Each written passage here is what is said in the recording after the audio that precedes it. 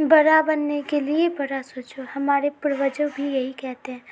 अत्यंत गरीब परिवार का एक बेरोजगार युवक नौकरी की तलाश में किसी दूसरे शहर जाने के लिए रेलगाड़ी से सफ़र कर रहा था। घर में कभी कभार ही सब्जियां बनती थी, इसीलिए उसने रास्ते में खाने के लिए टिफ़िन में सिर्फ रोटियां ही रखी थी। आधा रास्ता गुजर जाने के बाद उसे भूख लगने लगी और वह टिफ़िन में से रोटियां निकालकर खाने लगा। उसके खाने का तरीका कुछ अजीब था। वह रोटी का एक टुकड़ा लेता और उसे टिफ़िन के अंदर कुछ ऐसे डालता मानो रोटी के साथ कुछ और भी खा रहा हो, जबकि उसके पास तो सिर्फ रोटियां ही थी। उसकी इस हरकत को आसपास के और दूसरे यात्री भी देख कर हैरान हो रहे थे। वह युवक हर बार रोटी का टुकड़ा लेता और झूठ-मूठ का टिफ़िन में डालता और खाता। सभी सोच रहे थे कि आखिर वह युवक ऐसा क्यों कर रहा था।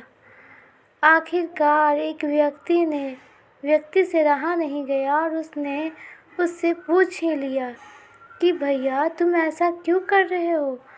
तुम्हारे पास सब्जी तो है ही नहीं, फिर रोटी के टुकड़े को हर बार खाली टिफ़िन में डालकर ऐसा खा रहे हो मानो उसमें सब्जी हो। तब उस युवक ने जवाब दिया, भैया, इस खाली ढक्कन में सब्जी नहीं है, लेकिन मैं अपने मन में यह सोचकर खा रहा हूँ कि इसमें बहुत सारा अचार है। मैं अचार के साथ रोटी खा रहा हूँ। यह सुनकर सभी यात्री उसको देखने लगे। फिर एक व्यक्ति ने पूछा, खाली ढक्कन में अचार सोचकर सूखी रोटी को खा रहे हो, तो क्या तुम्हें अचार का स्वाद आ रहा है? हाँ, बिल्कुल आ रहा है। मैं रोटी के साथ अचार सोचकर खा रहा हूँ और मुझे बहुत अच्छा भी लग रहा है, युवक ने जवाब दिया। उसके इस बात को आसपास के यात्रियों ने भी सुना और उन्हीं में से एक व्यक्ति बोला, जब सोचना ही था तो तुम अचार की जगह पर मटर पनीर सोचते, शाही गोभी सोचते, तुम्हें इनका स्वाद मिल जाता। तुम्हारे कहने के मुताबिक तुमने अचार सोचा तो अचार का स्वाद आया, तो और स्वादिष्ट चीज़ों के बारे में सोचते तो तुमको उनका भी स्वाद आता। सोचना ही था तो भला छोटा क्यों सोचे, तुम्हें तो बड़ा सोचना चाहिए था।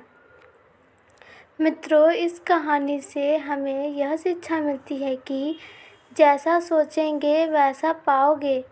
छोटी सोच होगी तो छोटा मिलेगा, बड़ी सोच होगी तो बड़ा मिलेगा। इसीलिए जीवन में हमेशा बड़ा सोचो।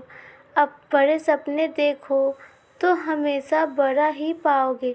छोटी सोच में भी उतना ही ऊर्जा और समय खपत होती है जितनी बड़ी सोच में। इसलिए जब सोचना ही है तो हमेशा बड़ा ही सोचो, क्योंकि बड़े सपने देखेंगे तभी तो हमें बड़ा प्राप्त होगा ना।